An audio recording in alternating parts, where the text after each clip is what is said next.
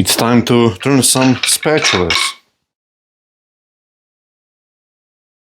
Now, I do apologize in front for some of the background noises that you might hear of construction work. So, a while back I got a request to show my way of turning wooden spatulas on the lathe, and luckily I have an order for 6 of these, and you can see I have a few extras here. It's a nice thing to sort of use some of the scrap wood and also to batch out these kind of things, because you can always give away these things, and it's a really nice gift to have or to give. So let me just put these aside, and actually let me just show you. I have a few samples here, or few different types, let's say. So this one is quite narrow, this one has a small bead here, as this one here, and this is more of a plain one. And I usually like spatulas that are a little bit thicker. These are slightly thinner, although these are actually quite right, maybe, but this one is maybe perhaps on a little bit on the thinner side. This is something that I usually prefer, so a little bit more thickness in this area, so it's not weak, but also it's not heavy. So these are slightly like those, and we can shape these after to be a little bit thinner if I need to. So let me just set these aside. Now in this video we're going to turn one spatula, a little wider one, from cherry and one from walnut. And you can see this was a square or rectangular blank.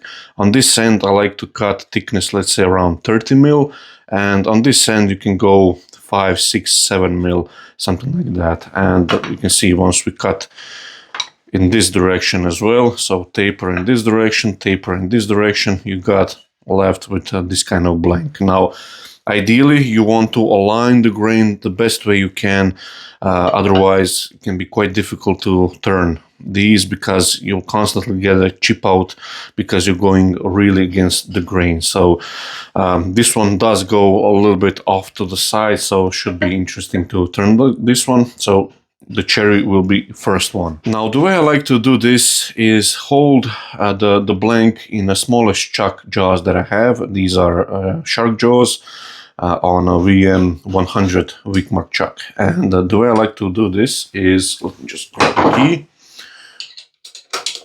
So open up the jaws, and I'll put in maybe 10 mil like so.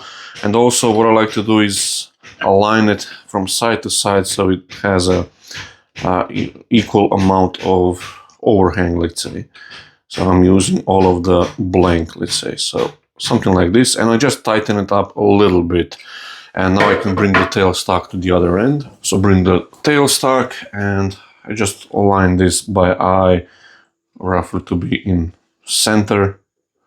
A little bit of pressure, you don't want too much of a pressure here. And now I can tighten this end. Again, you don't need too much of a pressure because this will leave a mark. And try to cut this end parallel like this, so it's not taper. That way all the jaws will grip equally. So that's really nice and firm.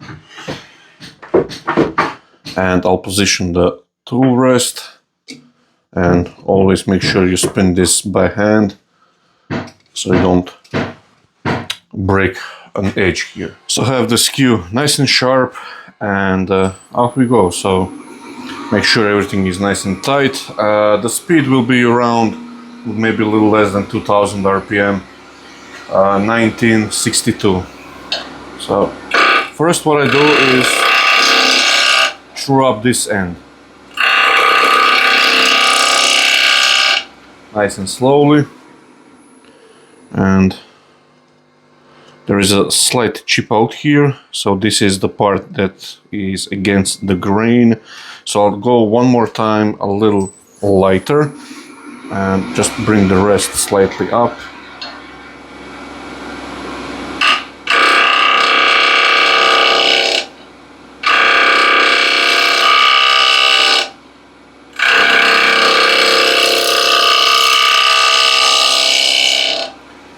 Okay, so that's nice and clean, or clean enough. So from here, now I can start shaping the rest.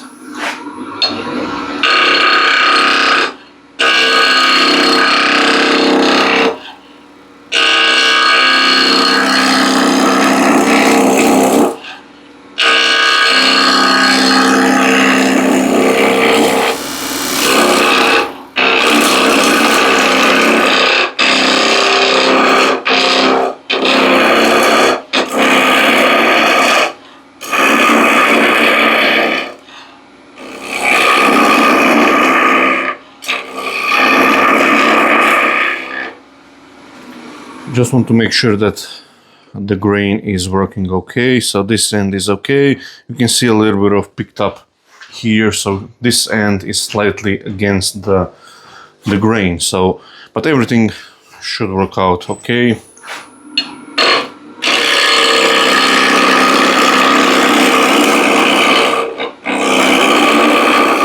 So these are all now roughing cuts.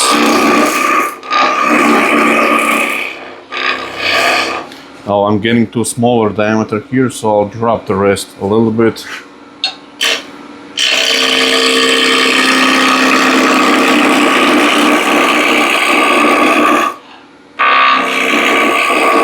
Now, since this one is quite wide and long, what I'll do is just make the paddle here slightly shorter than on the rest, so I reduce some of the weight here.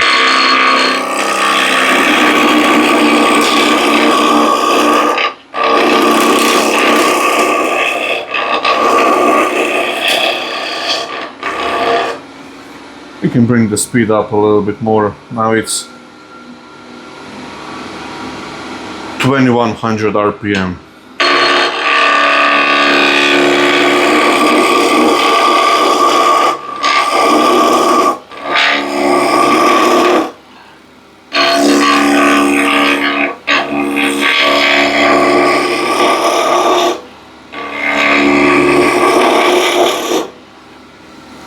And I'll stop just to show you how this looks. So far so good. I think it's going quite nicely. Again, maybe a little bit thinner here, and then we'll shape the handle part.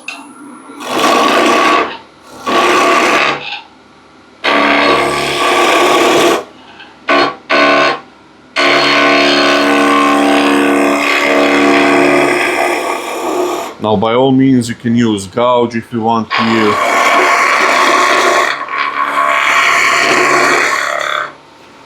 Use the tools that you are comfortable with, and this part isn't round yet, so I need to make it round.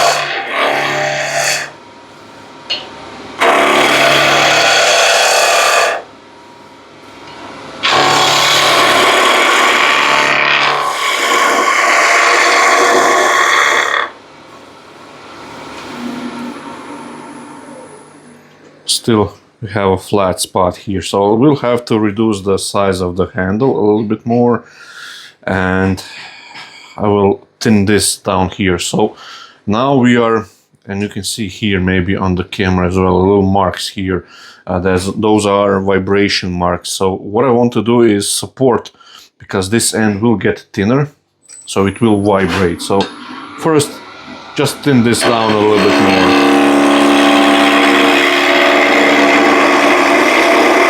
So here I notice the vibration, so watch your hand. If you're not certain, don't do this. I just lightly support, you can see here, the back of the paddle with my hand. And that's enough to counteract the forces of the skew. There's not much force here anyway, so maybe we can put the bead here. If I have enough thickness.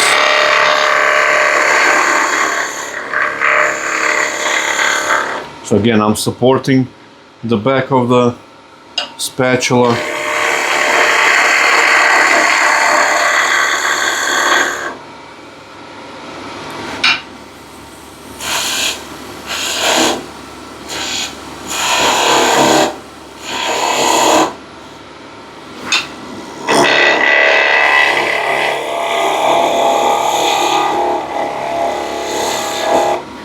Okay, so that's one side done, and I need to bring this down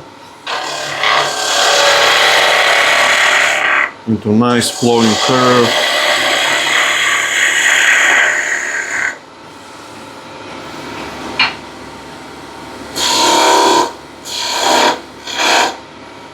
So set the bead here. So it's a small bead just to sort of register your hand while you stir, so you don't go too far.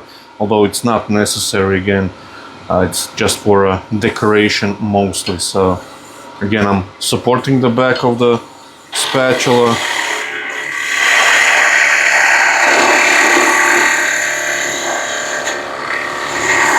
And I want this curve to flow underneath the bead. You'll see this a little bit better.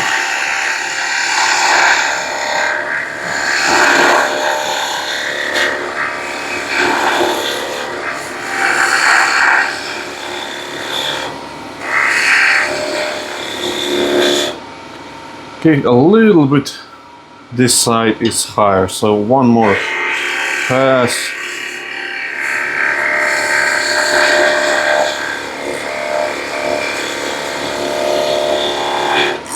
Okay, that's looking good. I want to clean this end all the way to the bottom. There we go. So I'm quite happy with that. Let's turn this into a bead. So just chamfer the corners like so, and with the long point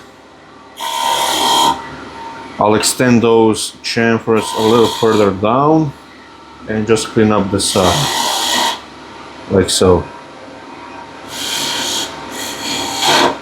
The rest will be done sanding. Just clean it up from both sides. There we go. So that's really nice. So now we can finish up this part of the handle, and we need to account that this live center is maybe up to here inside the timber. So, and I like to put here just a simple round over.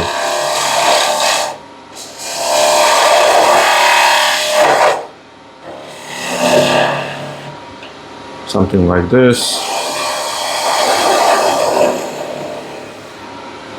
Okay, so that's nice and clean. Remove some of this waste. 180 grit, and obviously be aware, since you have these wings here and everything, just be aware how you sand this. What I like to do is you can grab slightly longer paper. This is just what I've grabbed at the moment, and the wings here I like to sand like so.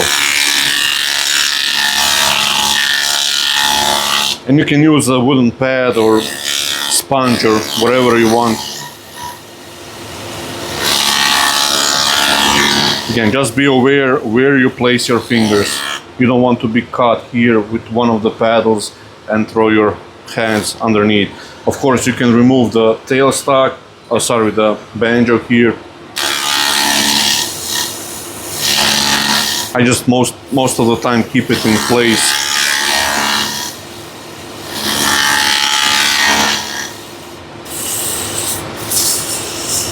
After I'm done sanding with the lathe running, what I like to do is with the final grit, this is 320, just go with the grain all the way around. That will just remove some of the concentric rings.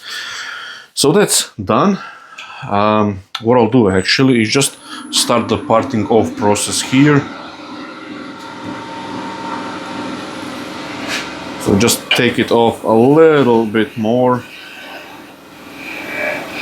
like so, and shut it off, and that will be nicely when we get to the sanding stage. So I'll place walnut blank on, and just to show you this one before I do that.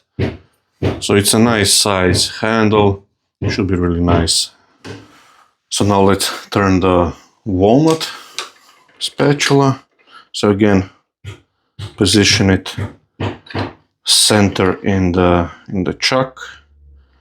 Be careful here yesterday I did a mistake and sanded this area here of the jaws. So these are now not so sharp corner as they used to be. So just be aware of that.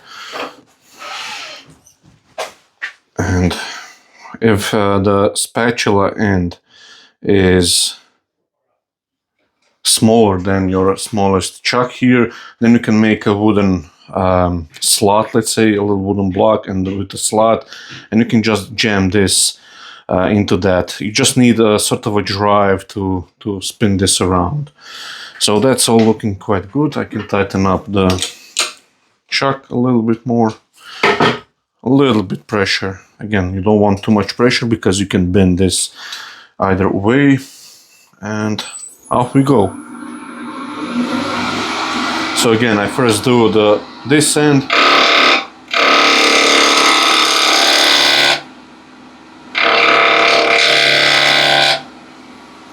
Make sure that that is clean. A little bit more.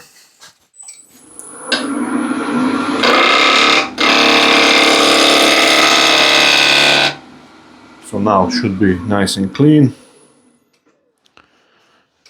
Yeah. So now I can continue on to the right.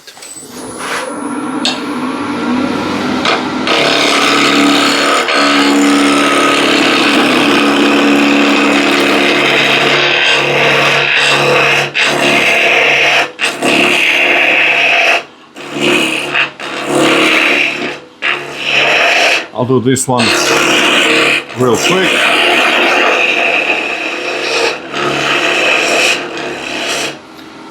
So I'm around here.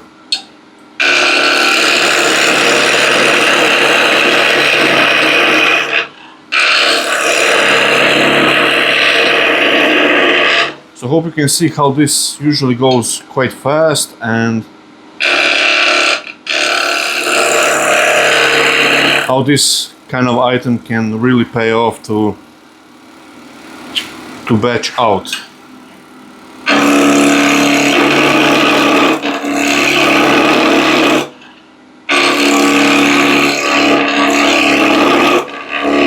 Again, you don't need to use skill.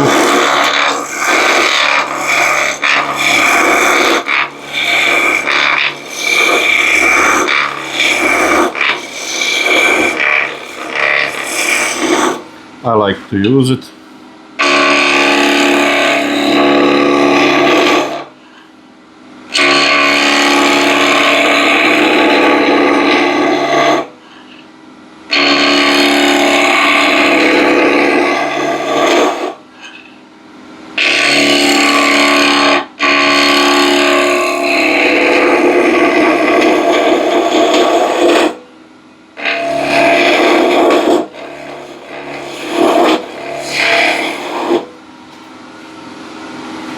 Just looking at the horizon, stepping a little away from the lathe just to see if the shape is okay.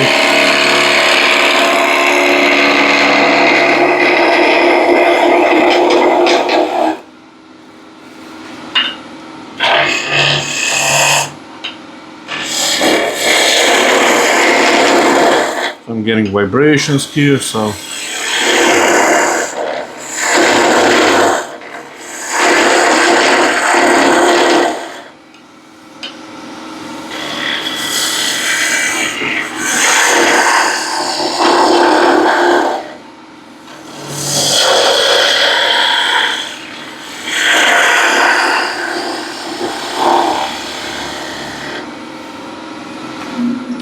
let's see how this looks. Okay, I'm really happy. You can see the surface is basically shining. So it's a really nice. Pretty much you don't need to sand if you use the skew. So it's really nice. And do this end as well. Hopefully it's in a shot. Nice planing cut with the skew. Finishing all the way to the center. And I like to put a little flat spot. So that's now ready for sanding, and just for the fun of it, let's make, I haven't put on others, put a little decoration here.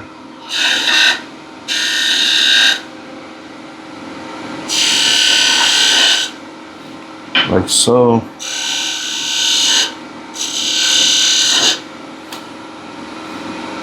Yeah, that should be okay.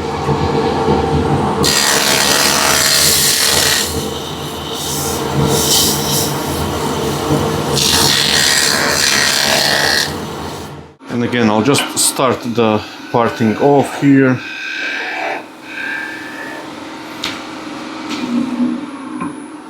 And I'll set up for the sanding now. So what I have here is a particle board with a sanding paper glued in, and I'll do a separate video on making a hook and loop. And this is a faceplate ring, and that just makes it repeatable to place it back on the lathe. And I'll need a dust extractor. So the way you want to do this is sand the flat area here, and you can curve it if you want. I usually do curve ever so slightly, and you want to remove some of these chuck marks here, jaws mark. And also I like to taper this slightly more towards the this narrow part here. So.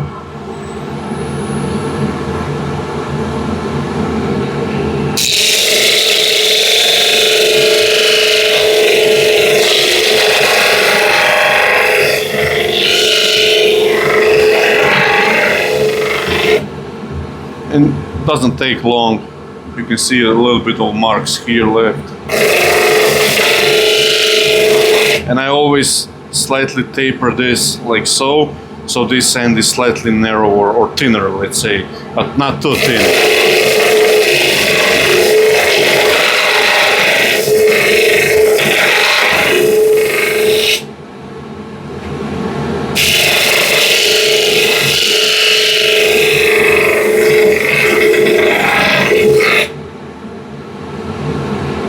The other side,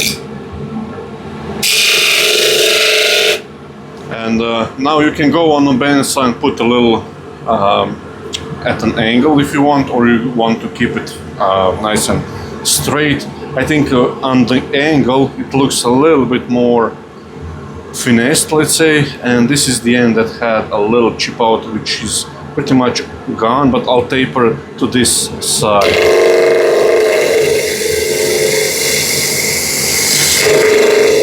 And this paper is due to change, so I have to order a new one. So this is how, after rough sanding, this looks, and we'll finesse sanding with a small 3-inch sanding pad. And the beauty of spatulas, you can make whatever shape you want. You can make paddle really short here, and then the rest is a handle or stem. You can play around with different shapes. What I like to do with acrylic paint, you can paint the tip here or slightly more, let's say, or the handle itself with the outdoor. Let me just grab it. This kind of acrylic paint for outdoor from Americana, really nice stuff. It's quite durable, doesn't just flake off or wash out, and once it's completely dry, then it's food safe, let's say. So this side is done, and you're not actually stirring with this part, you only paint, let's say, the handle here.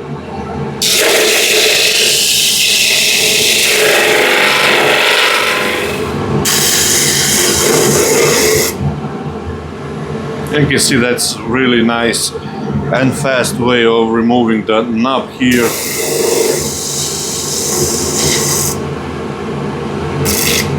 And to me it looks elegant like this. Now this is a 240 grit 3-inch sanding pad and paper. And now just to clean up the rough sanding lines. And hope you can see how nice dust extractor works, or setup hood, let's say, how it picks up dust nicely. Yeah, so that's good enough. We don't need to go any finer than 240.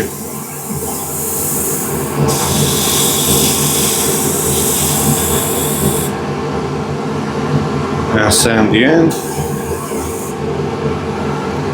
Okay, so that's that part done, and we still need to hand sand the corners here so they're not sharp, or just to a little bit more pleasing to hold.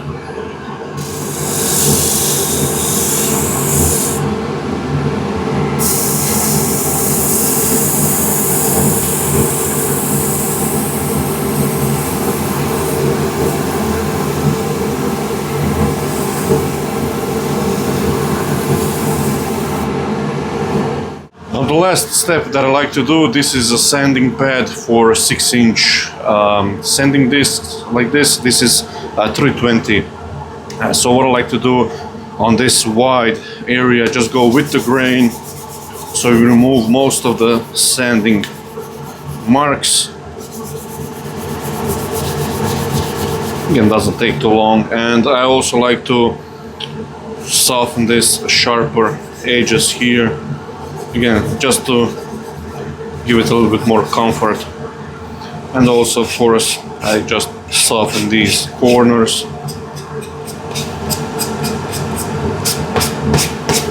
And that's it.